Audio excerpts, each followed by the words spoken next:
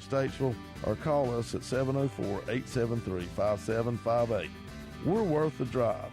Thank you again for supporting small family-owned businesses. God bless. The following is a paid program and does not necessarily reflect the views of WSIC. All systems are a go. Ladies and gentlemen, hold on to your seats. Taking Care of Iredell with North Carolina State Representative Jeff McNeely is about to begin. In 5, 4, 3, 2, 1. Good morning, Iredell County. Hope everybody's doing well. It's a pretty day. It's not raining. That's all I can say on that. Hey, we're going to jump right into the show real quick. Like I got a representative, he has somewhere to be, but I wanted him to come on and talk to us. I got Representative David Willis from down in, I guess, the Waxhaw area, Marvin, somewhere you call it, down in Union County. So we're going to bring him on. Won't take any calls first part of the show, but we'll be glad to talk to you the second part of the show. So just hang tight till 11:30, but this ought to be good. So, hey, Joe, if you're ready, let's go ahead and bring him in. David Willis, Representative David Willis, are you on the line? I'm here. Good morning. Hey, good morning, sir. How are you? I'm doing well. How are you? I'm doing just fine. Hey, we got to just let you know, we got a hard break about 11:15, so we're going to go, and then we're going to take a break, and then we'll come back and run close as we can, or as long as you'll let us. I know you have an appointment you have to be at. Okay. Real quick, tell us, who is David Willis? Let my listeners know who you are, where you're from. Tell us a little bit about yourself so we can relate. Well, I'm the state representative from Western Union County. I live in Marvin, which is just south of Charlotte, in the Ballantine area of Charlotte, if you're familiar with that. And I have all of the western side of Union County, from the Mecklenburg County border all the way down to the South Carolina border, Weddington, Marvin, Waxhaw, Jars, that area on the far western side. This is my second term in the North Carolina House representing Union County.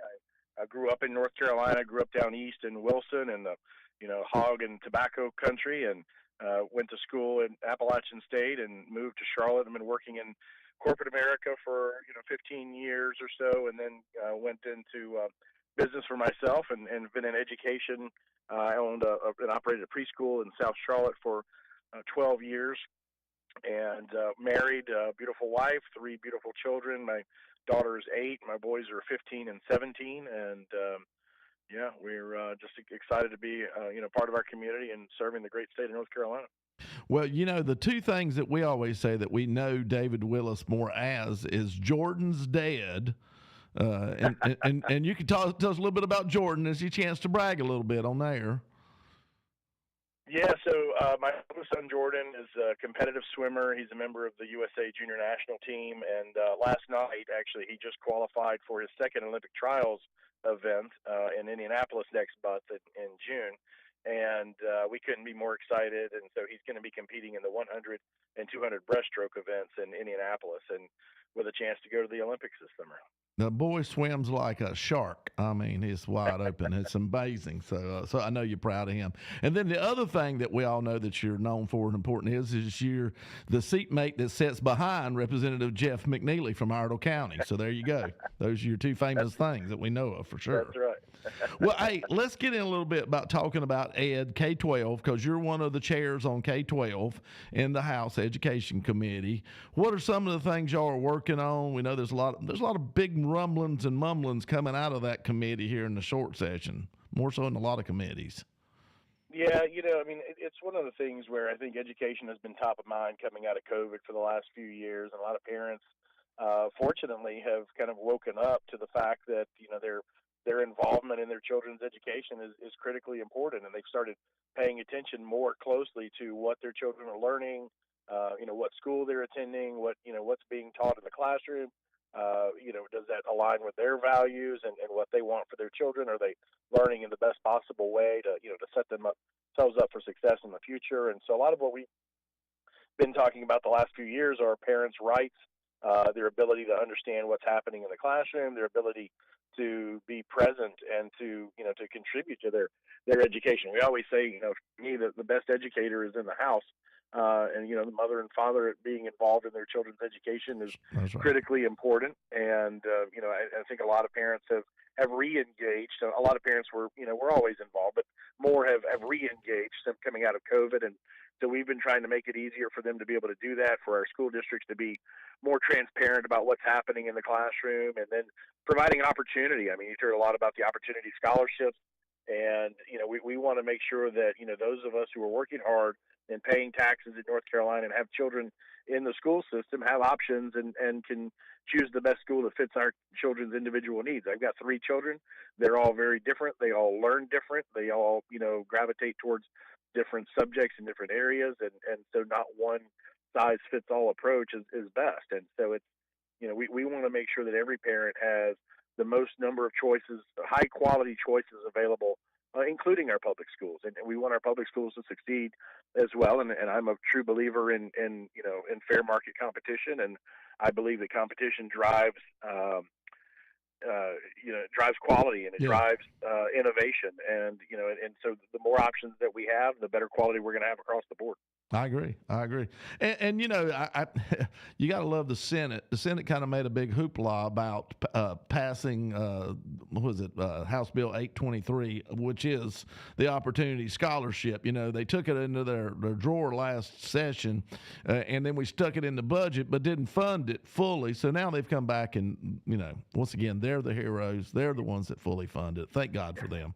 Thank the Lord.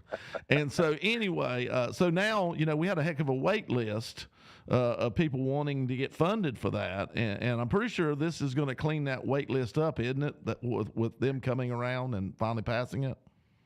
Yeah, I guess the interesting thing was the complaint for years was the opportunity scholarships were never fully utilized, but we never really funded it to the level that we should have, and gave folks plenty of opportunity to take advantage of it. And now that we've expanded that, given more folks access to it, and really made it statewide.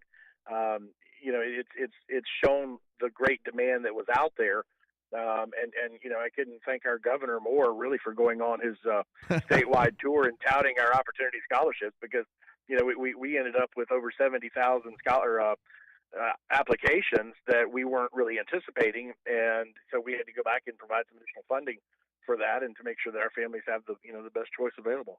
Yeah, there was a state of emergency, so we felt like that meant we need to fund more. Is what we thought he meant by that. Yeah, exactly right. Exactly right. Well, and you also hit, and we got about a minute and a half where we got to take a hard break, so we won't get far into it. But you did talk about and hit on the Parents' Bill of Rights, which was big legislation that we passed, last session, in my opinion, and it gave the parents a way to engage with the school system over their child that they really haven't necessarily had before. Didn't think we needed it, but we did. Got about a cold minute, so we'll talk, but elaborate a little bit on some of the things that did, and then we'll come back and talk about it more after the break. Well, really the big push there was just to ensure that parents had transparency into what was being taught, that we were able to see the materials that were being used. We knew ahead of time about what was really going to be covered, and it wasn't behind the scenes. I think in the old days, when we had textbooks, it was pretty simple. You had your textbook, you brought it home every day, your parent could see what you were learning. When we went away from textbooks and went to computers, 15 years ago or so, that we lost that ability. We lost the transparency in the curriculum, and this helped us put that back in place. Yeah. Well, but now, and like I said, got about 30 seconds, so maybe I'll make the statement and then you can answer it afterwards. We have quite a few school systems that seem to say, we're not really going to pay attention to this Parent Bill of Rights. We got our own way about doing it. We like what we've been doing. We don't really want to talk to anybody about it. We just want to do what we want to do. So I guess our question is, and we're going to go to break here right after I ask it, what are we going to do with them to make them adhere to the Parents' Bill of Rights? Stay tuned, folks, so you can hear the answer. Be right back. Stay with us. We'll have more Taking Care of Iredell with NC Representative Jeff McNeely after these messages on 105.9, 100.7 W.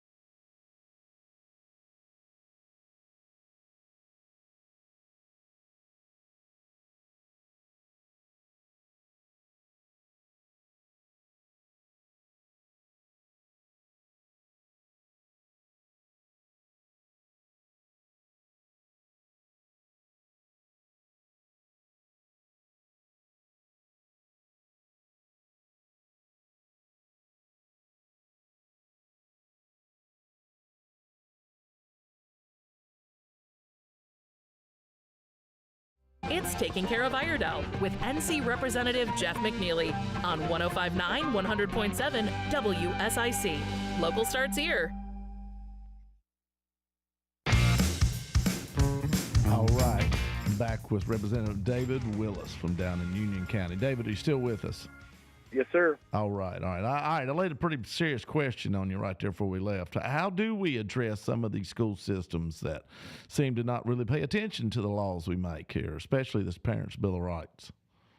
Well, I think that's a frustration that a lot of parents have across the state, and it depends on, the leadership that you have there, with starting with your local school board and your superintendent, and, I think a lot of that policy is driven down from them, and that's where our focus needs to be, on working with those folks and making sure that they're being held accountable for what they're doing. Because right now, that's just not the case. And you've got a lot of parents that are asking questions and are being told, to not come to the meetings. They're being told that they're not allowed to come, or they're not allowed to ask questions. And I think that, to me, it's just unacceptable that you have a public school system that we're, giving our kids over to every day to help educate and to train them up, and that, where there's a lack of willingness or lack of transparency or openness into what we're doing. And so I think, as a parent, we'll continue to fight for those other parents that are out there, and we'll go after the school boards, we'll go after the superintendents if they're not following the law. Yeah, this is not about witch hunting the teachers. This is about the administration. So That's exactly right. And one big thing I saw the other day, I think the surveys are back from the teachers. They do every 2 years, and one of the big things was student discipline seemed to be the biggest category that teachers who are leaving the profession felt like that was the problem. And we got kids hitting teachers now. I never even thought about hitting a teacher. I guess because mine had a paddle and would knock the snot out of me, hit me back, but now they don't.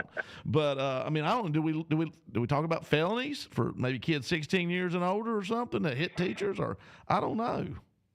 Well, discipline's got to be one of the big the big topics as we continue to move forward. And I think that's we did a little bit of work last year trying to reinstate some of the discipline policies. For a long time, discipline kind of became a 4-letter word, and I think we listen to these so-called policy experts who come in and they look at what's happening, and, well, it's not little Johnny's fault. Little Johnny hit the teacher. Well, it's somebody's fault, right? And so we've got to understand that. And the teacher can't teach. The teacher can't focus on the children there and do her job, if they're worried about what's happening in the classroom. And so discipline has to be, reevaluated, and how we go after these students and provide them with the help that they need. And I think, obviously, we don't want to kick kids out of school, because that's not going to help them. That's not going to teach them to learn and teach them respect and the discipline, obviously, that they're not learning from home. So we've got to find other ways to do that. One of the things that we've looked at is removing being able to remove children from a classroom. A lot of times what will happen is if a child gets into the principal's office, they get a slap on the wrist and a juice box or something and sent back to the classroom. Yeah. Well, that's not solving anything. And so we've got to be able to remove those kids that are disrupting or being dangerous from the classroom, put them in an environment where they can learn and they have the right support and the trained, educators that can help them, with whatever issues they may be dealing with. But it can't continue just to go the way that it's gone. And we hear that from teachers across the state. Well, I truly believe, corporal punishment ought to be put back in. I believe we ought to be able to paddle, especially up to at least grades 8 or something. I don't know. I think that's how you get a lot of attention right there. You increase somebody's attention span when you warm up their rear end. It worked for me, I can tell you that. So anyway, hey, one other thing too, before we break into our last little bit about a bill you filed, Representative Jake Johnson, who I have on the show a lot, he's my seatmate. I surround myself with brilliant people, folks, in case you ain't wondered. But anyway, he put a bill forward about the teachers putting their lesson plans on within 10 days after they taught, and I've had teachers flip out over this. This was kind of in the Parents' Bill of Rights to start with and got kind of weeded out. Well, what's your take on this? I feel like maybe there's an overreaction from the academic side. Oh, absolutely. I think it's, as an owner and operator of a preschool for the last 12 years, we provide a monthly snapshot of what we're going to be teaching in advance. We don't wait till after the fact to tell you what we've done.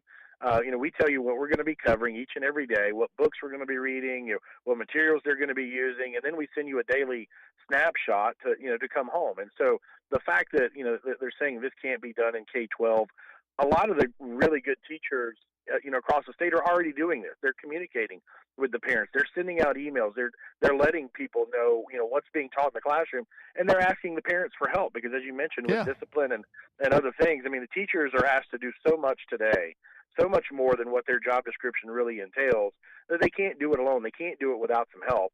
To me, this is a way to bring the parents in to help, get some support from the parents, and then allow them to help the children learn at home, and that's obviously going to make the teacher's job easier, in the classroom. Well, and I agree. I mean, unless they've changed something, it was always you had to do your lesson plan during your what we call the down period or whatever, your free period, to prepare for the next day, put it up in case you happen to get sick or whatever. You had that plan there, and the substitute could come in and follow.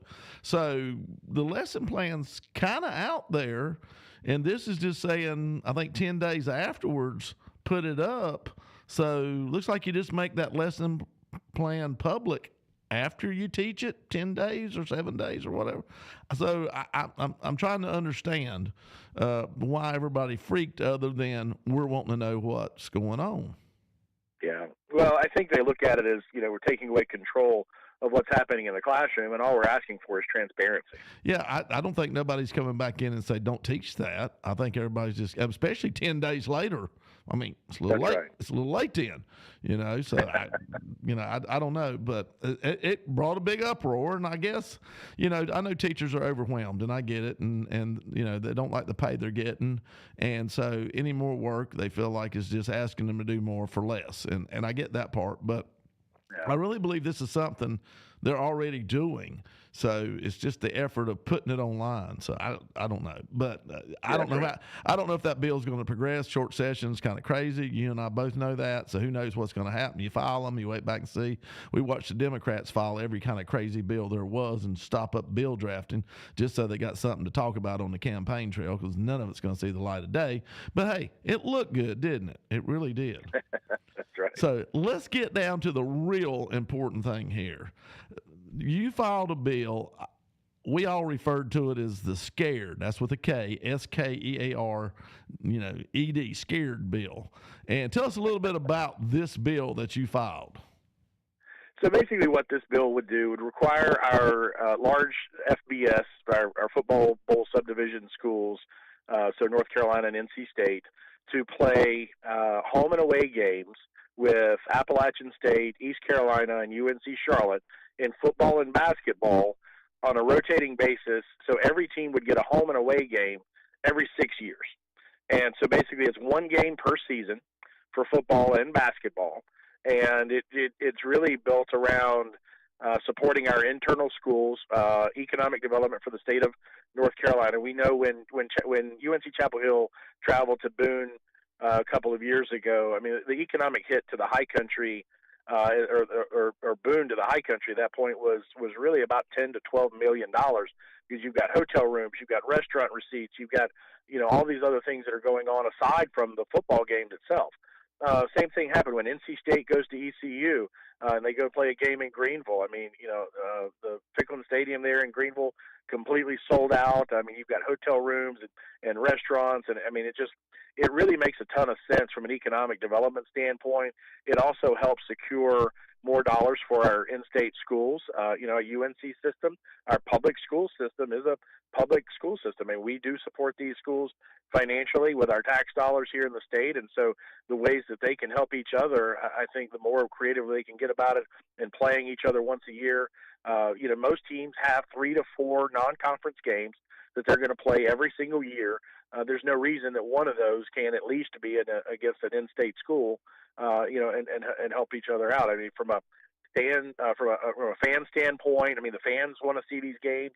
I mean, they're always sold out. The teams want to play each other. A lot of these kids grew up playing ball against each other from Little League on up, and they're excited about it, and economically it does really well.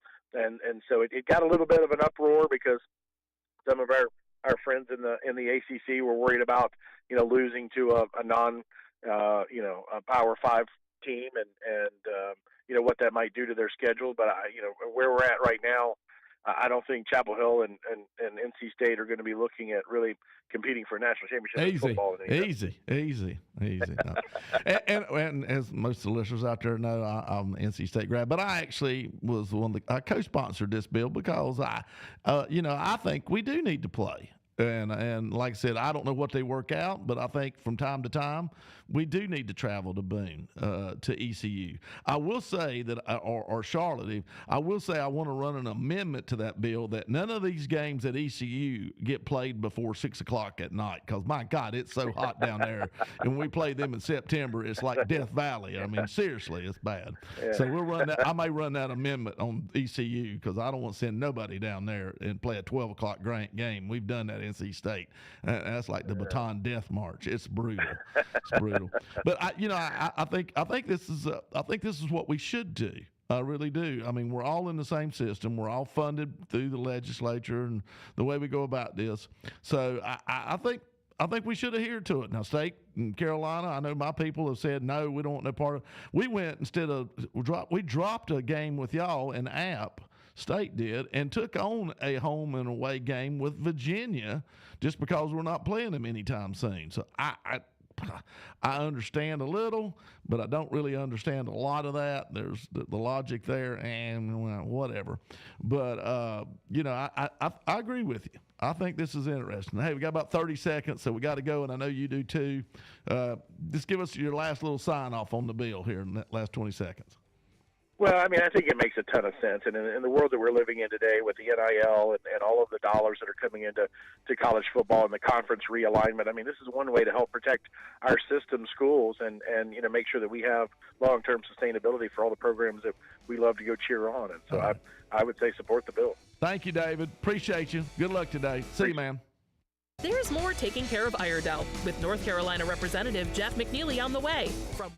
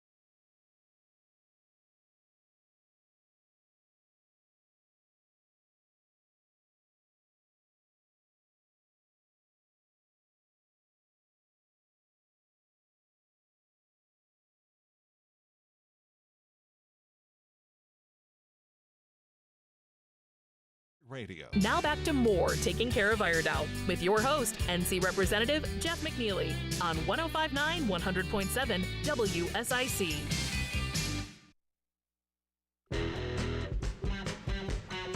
All right, back here for the second half of the show. Now we'll take some calls. So if anybody would like to give us a holler, 844-788-3464. That's 844-788-3464. Give us a shout. Got anything on your mind? If you want to talk education, parents, bill of rights, or want to talk about something completely different.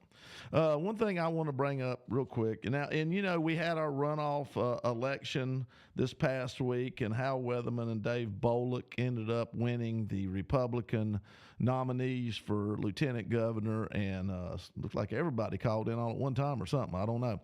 Dave Bollick, and sad part about that was, hold him for 1 second, if you would, Joe. Bollick beat Jack Clark, who had actually won in the real primary, but lost in the runoff. But here was the sad part. Only 275,000 people, roughly, voted in this runoff election out of 7.5 million votes. That's less than 4%. We didn't have but 24 show up for the regular primary. So less than 4% of the people determined 2 statewide races that will be on the ballot this coming fall. Folks, that's sad. That's really sad. All right, looks like we got a caller, do we, Joe? Let's hear who's out there. Hey, this is Representative Jeff McNeely. Who we got? The sick and tired Patriots. Yeah. You still sick and tired. I'm trying to fix that, Jesse, but I ain't doing too good. I know. I'm struggling. Nobody else is helping me. Well, this spiritual war that we're in, Civil War, supposedly, as Jason Report had said, he's calling on, like, all the lawmakers up in Lynchburg, Virginia. I don't know if you've heard anything about that, about coming to Lynchburg for a big meeting, calling on the sheriffs and stuff. Have you heard anything about that? Yeah, there's supposed to be something now. Is it? I guess it's at Liberty University. There's some kind of yes, sir. Yeah, I don't. It ain't Salt and Light, but it's something like the Salt and Light Conference. So Okay. I think that's Actually, I think that's coming up. Maybe is it this weekend or the next? I can't remember. It's coming up soon. It's coming up really soon. June the 6th, the June weekend 6th, of okay. June the 6th. Yeah, it's what it's. Didn't know if you'd heard anything. It's kind of a scary thought to try to have all our, I guess you'd say, lawmakers in one place at one time, this day and time, with the things that I'm seeing going on. And it's like, I don't know, something, Jeff, it's like the psyop on top of psyop on top of psyop that's going on in this nation is just sickening. And it almost feels like the entire republic is just nothing but one big psyop, and it's a sad situation what's going on in this world today. Well, I wanted to come on here and be so salty, but I mean, it's I don't know how we can even trust what to even say anymore, that we ain't being threatened in some way of some form about what we say, you know, because we don't have freedom of speech no more. Cancel culture. Yep, cancel culture. Yep. If they don't like what you say, they're going to try to cancel you out one way or another. I pledged allegiance my entire life to a flag, one nation under God and indivisible, and for liberty and justice for all. And to see the neglect that's been taking place of lawmakers, and it's like the pastor said, I heard on the radio over the weekend, it's just like we're making laws over symptoms from laws. I mean, we're creating laws because of the symptoms of other laws on top of the law. I mean, it's ridiculous. It is entirely ridiculous. And it's like we need to speed up the voting process so the people and can just try to turn this country around. This 4 years, I mean, you look at our communications today to what it was back in 1776, voting every 4 years. I mean, y'all can make a law now in, a couple of weeks. What used to take a year maybe or something to do, our communications and stuff has come to so advancement. Laws can be made so quickly. It's like we need to be able to be voting and let our votes qualify or verify whether the counting of the ballots is correct. You know, it's just something I wanted to put in my heart, call in, talk about it. Well, the only thing I'll say on that is we just had a runoff for lieutenant governor and for auditor for the statewide races on the Republican side, and less than 4% of the people participated, and that's sad. I know That is sad. The apathy out well, there. nobody has any. I guess you'd say belief in the voting system or faith in it, or that is correct or safe or secure to the point to where why waste your time doing it? Well, I hope this fall will prove that wrong. I'm hoping, at least in North Carolina. I can't say about some other crazy states that didn't choose to do much election integrity work.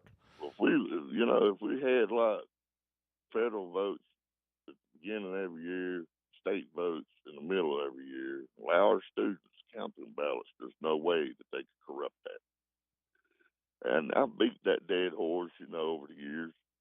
And it's just, we want to have to do something to get away from the possibility of somebody being able to rig and give people the faith and try to teach our students the importance of it. That's one way of doing it, I feel like. So I just hope that's helpful in some lawmakers' ears out there today. I kind of like the student participation thing. That's not a bad idea. Yep. They could verify. As a first community service, as an adult, as a graduating high school student, could count and verify ballots. We could turn this country around, man. Yeah, because that maybe help get them participating. So I can get that. Well, like I said, we got to figure out some way to engage more people. Sir, we do. So that's scary. All right, Jesse, you be good. Appreciate you. You too, bro. See you, man. We got another caller. We did, but they hung up. So they lost. If they want to call back, they may call back. Hey, I'm going to jump right into something. And folks, I've had a whole bunch of people reach out to me, their representative, on our land use. Now, this is more of a county commission, city council thing, I will say, but they've come to me and said, hey, Jeff, we need something to happen. Farmland is disappearing at like a record pace here just in the last year or two. It seems like since COVID, I don't know if it killed off all my farmers or we just became on sale because of everybody moving in here from whatever. And I'm not going to talk about the kind of people that are moving in here. I'm not even going to go there. But we are having a lot of people move in, and so it's put a strain on our land use. And one thing that I think that the county commissioners can do, and I don't usually try to get in their lane. They don't get in mine. We try to help each other and work with each other. And I've ran this idea past one or two. On our farm use tax. Now, folks, mind you, this is a Band-Aid. This is not a tourniquet. This is not surgery to fix the problem. But on our farm use tax right now, and what that is, if you have land that is being actively farmed, you can put it into a special program where you get a reduced tax rate on that land. And so it's usually about around 10%, maybe a little less of what normal tax is for the land. So it's a good deal. It allows people to farm. It helps them keep them farming. We want farmers. We want people to grow food because we all like to eat. So it's important. So right now, let's say if a piece of property is sold and it's been in the farm use tax program, we look back on 3 years. And what that basically means is that you pay the difference in what the regular property tax would have been versus the farm use tax that you were charged. Now, sometimes it can be pretty sizable, depending on the acres, depending on the land where it's at and the value of it historically, as it's gone through and been vetted and we saw what it is and praised. And so, with that there, I suggest instead of 3 years, we go back 5 years. and split it 2.5 years and 2.5 years. So that way the county still gets some money in their coffers. Yes, it is going to be more when somebody goes to sell. I hope they can understand to figure that into the sale price so that whoever buys it next understands it. And then the other 2.5 goes into a special fund. And I'd like to see that special fund be used to buy developmental rights in our high pressure areas for a small period of time, probably 10 years at most. And I know people's out there going, what's this going to do? Well, what this will do, hopefully, is if you can contractually get somebody to agree, and let's say it's maybe $3,000 or $4,000, maybe even up to $5,000 if you have to. It can be negotiable. In high pressure areas, which are more south than north, or east instead of maybe or west. North seems to be not quite yet, but it's moving that way. But find these areas and pay them, like I said, $3,000, $4,000, $5,000 an acre a year to continue keeping it in farm. So for somebody to farm it, that pay the farmer, or if somebody's renting land, pay the landowner. But now in that, I don't think once that deal's done, I don't think the farmer should have to pay rent to that person if they put it into this program for those 10 years. So that way it attracts the farmer to want to continue to work too. It gives him something. I don't know if that's enough or not, but it may be. But anyway, hopefully this could slow down the process of people selling farmland so fast. So something to think about. County commissioners could do that without anything I do. So we'll talk some more. Taking a break. Hang in there. Got more. More Taking Care of Iredell with North Carolina Representative Jeff McNeely is coming up on 105.9 100.7 W.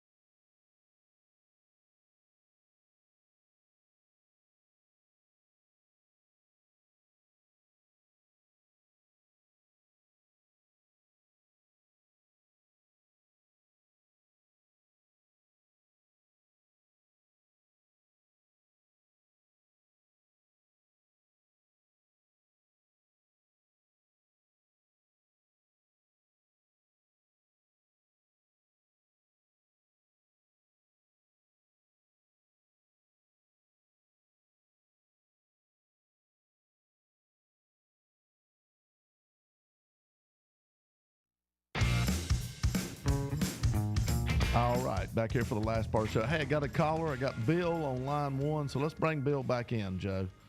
Hey, Bill, are you with me?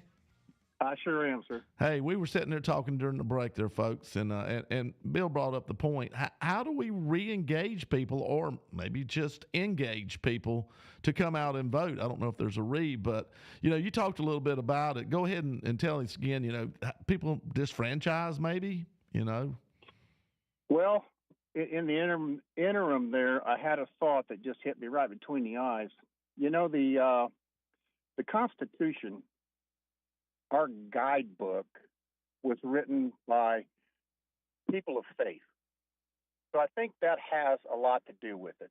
I can't think anything else.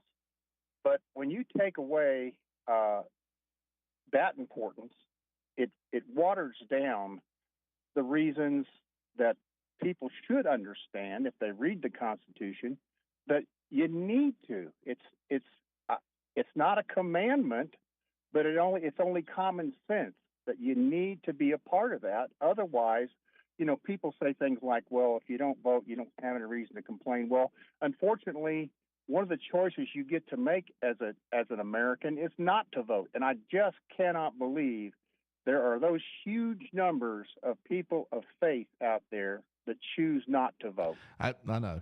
That kind of dumbfounds me too, because so many things that we have laws about directly pertain to religious beliefs of crime and abortion and the list goes on of what we're taught, what we believe if we say we are someone of faith through the Bibles that we have. And so I don't know how you can participate in your religion but not participate in our government. Exactly. Paul said it better than anybody about what faith is. It's the hope and the belief that things are going to be the way they should be because they're guided by God. Exactly. That's the way I believe. That's the way I would hope that most people would believe, but they just don't. So the folks that are out there trying to steer it in the other direction, every single time someone makes a choice not to exercise that particular right to vote, they let them win. And that's exactly what I see. I see them winning because they're not losing. And as long as they're not losing, we got a problem. Well, I always say when you don't vote for your candidate, you cast a half a vote for the other candidate. And that's eventually exactly that right. Adds up. It does. And it's going to continue to. I don't know, Jeff. I'm perplexed because I don't know how to, on a personal level, turn that around. But every time I get a chance, I do. And 9 times out of 10, I'm going to tell you, it usually starts with the second. And that's where the conversation almost always goes because that's what's on people's minds. Yep. Hey, Bill, good talking with you. All I know is keep preaching. That's what I try to do. Keep preaching. There you go. Thanks for taking my call. Oh, you have a good day too, Joe. We'll see you. All right, see you. All right, folks. Hey, jumping in here, and like I said, if anybody else wants to give us a holler, that's fine. One thing I did want to do, brought up here, getting a lot of just beat up by the media as far as Biden economics and how great it is. The stock market went over 40,000 first time and settled there, and that's just amazing, isn't it? That's what they keep telling us. This is so good. But, the truth of the matter is a little bit different. We look at it here, and it's like, the Democrats and the press keep telling Americans that they don't know how good they have it. The U.S. economy is great.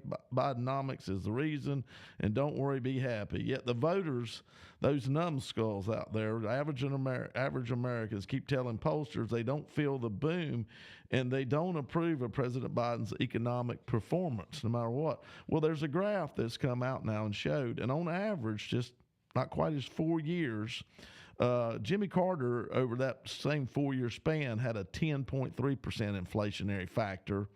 Out of Reagan, Bush 1, Clinton, Bush 2, Obama, Trump, and Biden.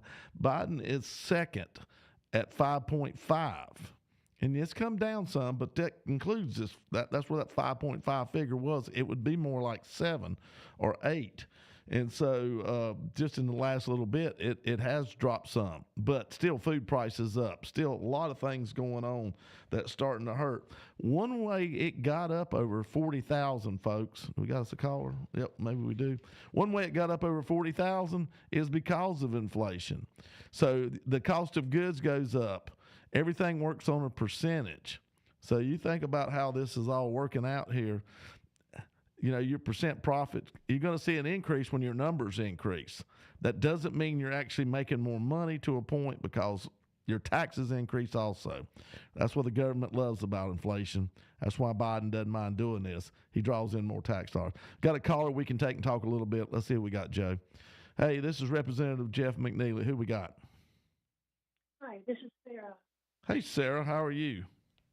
Okay, I'm just concerned about what do you think of recently here in the Statesville City Council meeting of a certain councilman that spoke out, told the truth. He told facts of the influx of transplants coming into Iredell County, which you had alluded to earlier. And I just want to know, do you think that he should apologize to the ones who got offended because their feelings were hurt? Or do you think he should stand up because he has the right by the First Amendment? Well, and I'm not in, you're talking about Steve Johnson, and I'm not in Steve's shoes. I did go back and read some of the dialogue, did not watch it live. You know, I feel for Steve. I've been in that similar spot, exactly like kind of he is right now, about a year or so ago. I didn't really think I said anything to hurt anybody's feelings, but obviously I did. I will say this much. In my case, I apologize for if I did hurt somebody's feelings. I didn't really apologize because of what I said. Maybe I could have said it better. Maybe Steve could have said it better. Does it deserve an apology? Ma'am, I don't know. That's going to be up to Steve. I don't really see where he said anything wrong. He possibly could have said it better, but I'm going to tell you what, when we all look back on life with hindsight's 2020, there's a lot of things we could have done better, but it doesn't necessarily mean we did wrong or bad or worse than we could have. We could have just always done better. I hope that maybe answered. You still with me, Sarah? I'm here, and I disagree with you. I think he had every right to say what he did. Oh, I do too. Apologize. I think he had the right. Yeah, I think he had the right. It's called the First Amendment, yeah. Jeff, and it's a thing. Oh, I know. Believe me, I know. I believe in free speech, but the cancel culture left is always going to come up and try to rail in the conservative side. They're gonna bash you. They're gonna beat you up in a public square. And like I said, I had this happen to me. You just keep moving. Because they're based on feelings. Yeah. Feelings don't trump the Constitution. I agree. Feelings don't trump the Constitution. I agree 100% with you, ma'am. Like I said, I've been there and done this same thing. I told Steve, welcome to the party.